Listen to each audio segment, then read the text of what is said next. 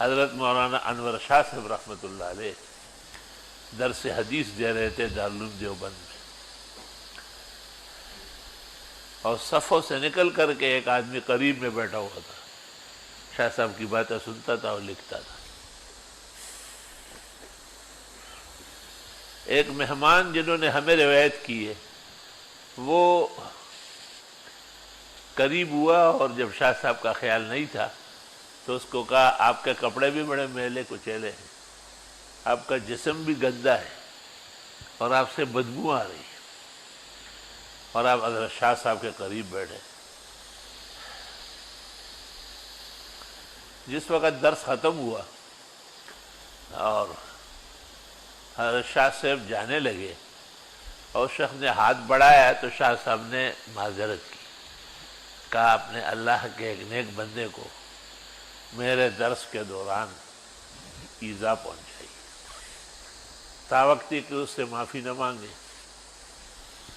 اور وہ تمہیں معاف نہ کرے، میری طرف سے آپ کے لیے معافی نہیں۔ اس آدمی سے معافی مانگی یا صلح صفائی کی، اس وقت پوزیشن بحال ہو گئی۔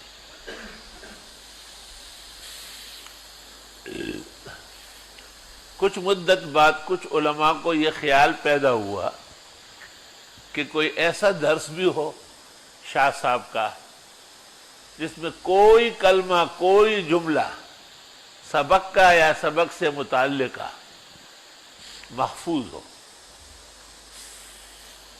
حضرت شاہ صاحب کی خدمت میں لوگ گئے تو انہوں نے اس طالب کا ذکر کیا کہ وہ کہیں تلاش کیا جائے، میرا سارا علم اس کے پاس لکھا ہوا، کوئی ایک لفظ بھی اس سے چھوٹا نہیں۔ تلاش کرنے کے بعد وہی آدمی تھا، اور وہ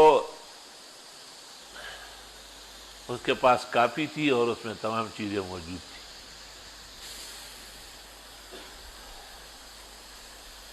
اس کے بعد وہ کراچی آیا اور حضرت مولانا محمد یوسف صاحب بنوری کی خدمت میں آیا تو حضرت درس بخاری ترمذی دے رہا تھا اس جگہ۔ پھر اس وقت کی بات ہے کہ حضرت خود ترمذی بخاری دونوں پڑھاتے۔ وہ اسی طرح بیٹھ گئے، میلے کچیلے کپڑے، بد حال تے برا تیاڑا۔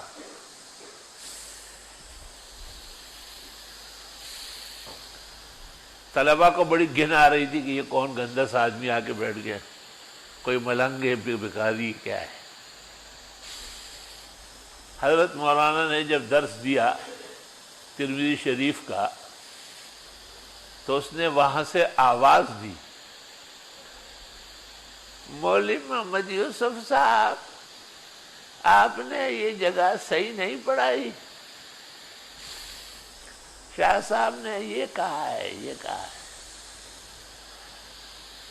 حضرت مولانا نے اعلان کیا کہ یہ ہمارے استاد حضرت مولانا انور شاہ کا چہیتا شاگرد ہے اور یہ ہر چیز میں ہم سے آگے ہے۔ اس وقت مجھ پر جو استدراک کیا ہے وہ صحیح کیا ہے، مجھ سے یہ غلطی ہو گئی ہے۔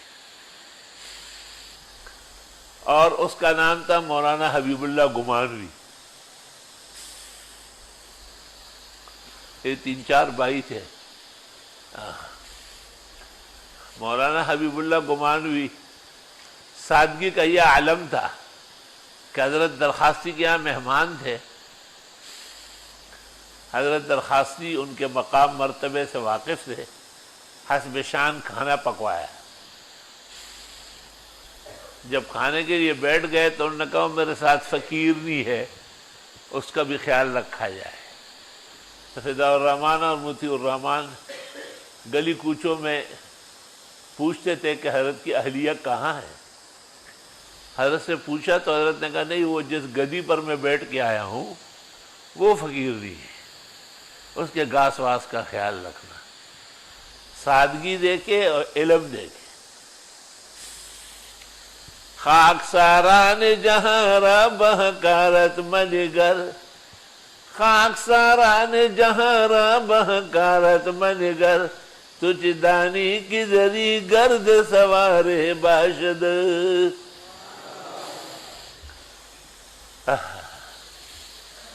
اللہ بعضوں نے اپنے اوپر سادگی کا، فقر کا اور اس طرح کے حجابات لٹکائے ہوتے ہیں. یہاں تک بڑھ گئے وارفتگی شوق کے نظارے، حجابات نظر سے پھوٹ نکلا حسن جانانا. اللہ. تو ایک دور تھا کہ اللہ کو حدیثیں یاد کرتے تھے، ایک دور تھا کہ مشقتیں ہوتی تھی پورے عالم میں، ایک دور آیا اب کے بڑے ادارے بنائے جائے اور مختلف زمانوں میں اسلام کی تکمیل تعمیر کے لیے مسلمانوں کے اور علماء کے فرائض منصبی تبدیل کیے جاتے.